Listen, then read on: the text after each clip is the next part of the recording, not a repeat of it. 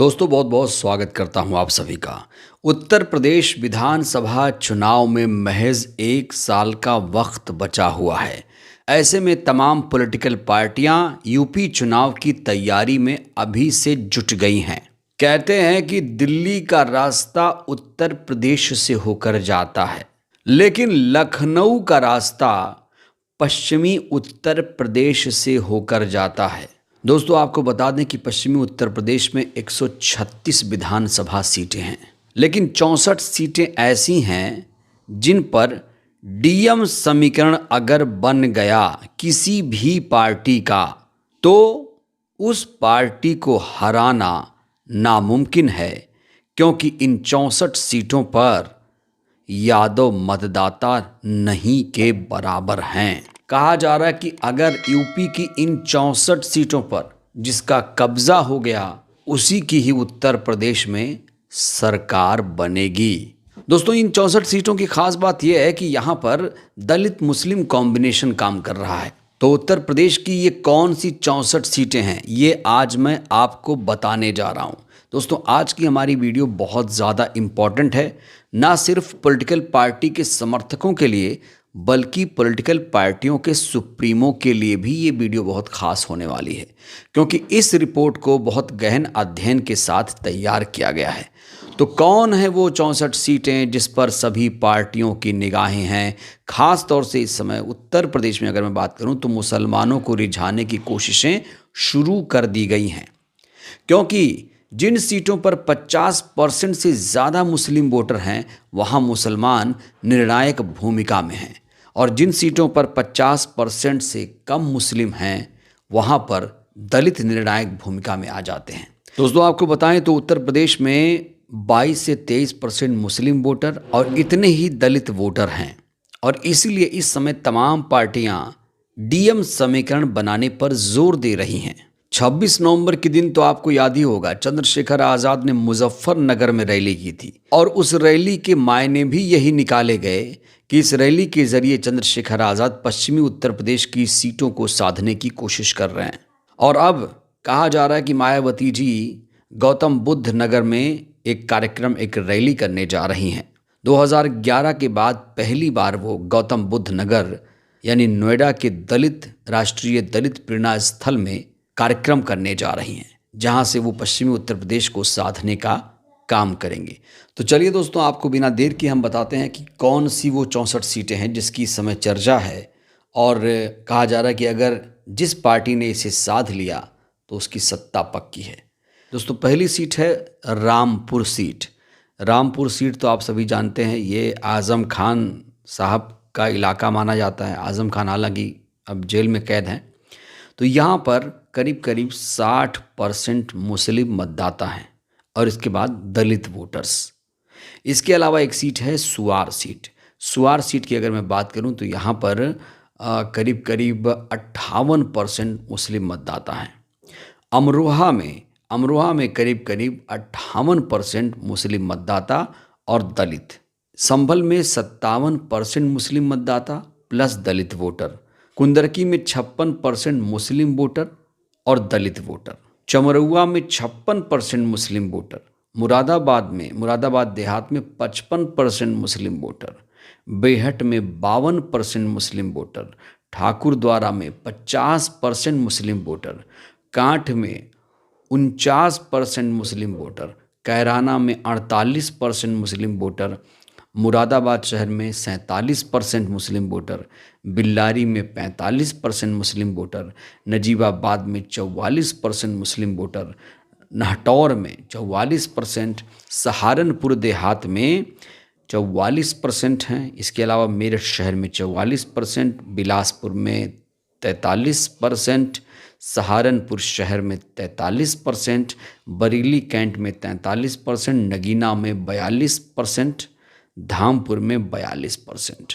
अगर मैं बुढ़ाना की बात करूं तो बुढ़ाना में करीब 42% मुस्लिम वोटर हैं। मीरपुर में 41%। चांदपुर में 41%। बहेरी में 41%। गंगोह में 41%। नकुड में 39%। पुरकाजी में 39%। चरथावल में 39%। देवी नंद में 39%। नौगंवा सादात में करीब 39%। भोजीपुरा में 38%, धौलाना में 38%, बरेली शहर में 38%, कोल में 37%, बढ़ापुर में 37%, पीलीभीत में 37%, किठौर में 36% दलित वोटर भी यहाँ पर हैं।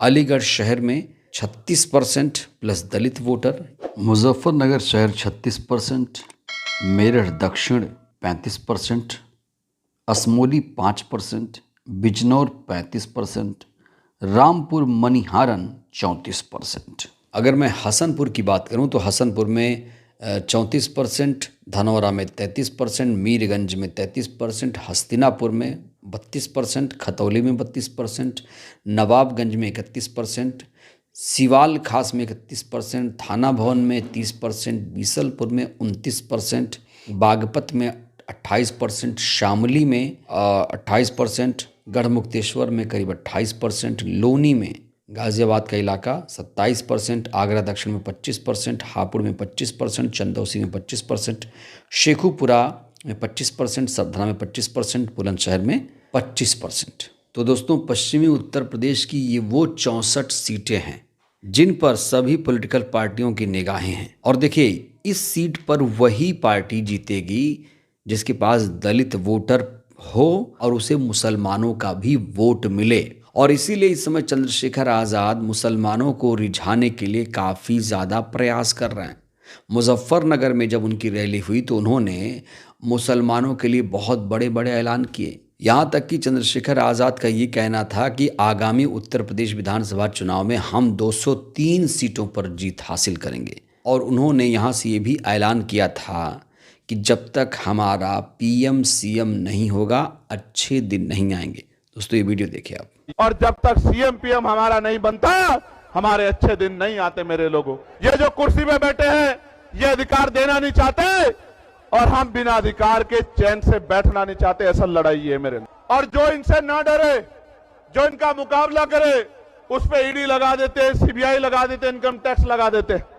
और जो इससे भी ना रुके, उसके खिलाफ तमाम तरह के षड्यंत्र करते हैं। आज की ऐतिहासिक गवाही इस बात की है, लखनऊ और दिल्ली में बैठे हुए लोगों को बताना मैं चाहता हूं, एक नहीं 1 लाख षड्यंत्र कर लो, अब ये गरीब किसी के बहकाव में नहीं आएगा। अब ये अपनी ताकत बना के रखेगा, मुझे भरोसा। एक चंद्रशेखर को रोकने की कोशिश करोगे, विधानसभा में 203 चंद्रशेखर बना के भेजेंगे उत्तर प्रदेश में हम लोग, याद रखना। दोस्तों, अगर मैं मुस्लिम वोटर की बात करूं तो अभी मुसलमान वोटर खास तौर से सपा के साथ जुड़ा हुआ नजर आ रहा है। लेकिन जिस तरीके से गतिविधियां बीएसपी की हैं, बीएसपी भी लगातार भाईचारा कमेटी की बैठक कर रही है। मुसलमानों के लिए खास तौर से बीएसपी चीफ ने कह दिया है कि मुसलमान हमारे साथ आएँ तो फिर उनके अच्छे दिन आ जाएंगे। इधर चंद्रशेखर आज़ाद भी मुसलमानों को रिझाने की बात करते हैं। वैसे चंद्रशेखर आज़ाद अक्सर मुसलमानों की बातें करते रहे हैं। जब उनकी भीम आर्मी थी तब भी वो जामा मस्जिद जाते थे, एनआरसी आंदोलन में सक्रिय थे। और नगीना सीट में खास तौर से कहा जा रहा है उनको मुसलमानों ने जिताया है। और इसीलिए चंद्रशेखर आज़ाद के हौसले काफ़ी ज़्यादा बुलंद नज़र आ रहे हैं। लेकिन बड़ा सवाल यहाँ पर यह है, क्या बिना गठबंधन के कोई उत्तर प्रदेश में अपनी सरकार बना सकता है? दोस्तों, ये बहुत बड़ा सवाल है, क्योंकि आज क्या है, गठबंधन का दौर है। जो पार्टियां गठबंधन करती हैं वही सत्ता में आती हैं। बाकी जो गठबंधन नहीं करती हैं 10, 15, 20 सीटें वो भी जीत लेती हैं। लेकिन सीटें जीतने से कुछ नहीं होता है। जब तक आपकी सरकार नहीं बनती है तब तक कोई फ़ायदा नहीं है। सीटें जीतने से, वोट परसेंटेज लाने से कोई मतलब नहीं है। जब तक पूर्ण बहुमत से सरकार ना बने या फिर कोलिशन में कोई गवर्नमेंट ना बने, तब तक नहीं माना जाएगा कि आपकी जीत हुई है। तो अगर मैं अभी बसपा की बात करूं तो बसपा फिलहाल किसी भी गठबंधन में नहीं है। वहीं चंद्रशेखर आज़ाद गठबंधन में है। अभी भी ओवैसी जी के साथ उनका गठबंधन है। और मुसलमानों की बात हो, ओवैसी जी का जिक्र ना हो, ऐसा कैसे हो सकता है? कहा जा रहा है कि पश्चिमी उत्तर प्रदेश पर ओवैसी और चंद्रशेखर की खास तौर से नज़र है। हालांकि कुछ जानकार ये भी कह रहे हैं कि ओवैसी अब कोशिश कर रहे हैं कि बीएसपी के साथ उनका गठबंधन हो, क्योंकि बीएसपी के पास अभी भी उत्तर प्रदेश में 10% वोट शेयर है। बिहार चुनाव में भी ओवैसी ने बहुत कोशिश की थी कि वो उनका बीएसपी के साथ गठबंधन हो जाए, लेकिन गठबंधन नहीं हो पाया था। उन्होंने चंद्रशेखर आज़ाद के साथ गठबंधन किया था और ग्रांड डेमोक्रेटिक अलायंस बनाया गया था। स्वामी मौर्य जी को भी साथ में लिया गया था। वहीं चंद्रशेखर आज़ाद भी कह रहे हैं कि हमारा गठबंधन अभी भी चल रहा है, हमने गठबंधन नहीं तोड़ा है। ओवैसी जी भी साफ तौर से कह रहे हैं कि हम अभी गठबंधन में हैं। तो बड़ा सवाल ये है कि बीएसपी क्या करेगी, अकेले चुनाव लड़ेगी या फिर गठबंधन में। वहीं समाजवादी पार्टी और कांग्रेस का अभी भी गठबंधन उत्तर प्रदेश में है। लेकिन दोस्तों, भविष्य में क्या हो, कौन किसके साथ आ जाए, ये कहना बहुत मुश्किल है। अभी तो इनका गठबंधन है, 2026-27 में क्या यही स्थिति रहेगी, ये भी कहना बहुत मुश्किल है। तो ये जो उत्तर प्रदेश की 64 सीटें हैं, जिसके बारे में हमने आपको विस्तार से बताने की कोशिश की, सीटों के नाम खास तौर से और थोड़ा आंकड़ा देने की कोशिश की, तो इन सीटों पर अगर जिसका कब्जा हो गया तो समझिए कि सत्ता की चाबी उसी पार्टी के हाथ में होगी। आपको क्या लगता है, इन सीटों पर सबसे ज़्यादा मजबूत दावेदार आपकी नज़र में कौन लगता है? इस बार पश्चिमी उत्तर प्रदेश किसके कब्जे में आएगा और कौन करेगा 27 में लखनऊ पर राज? राय दीजिएगा। धन्यवाद।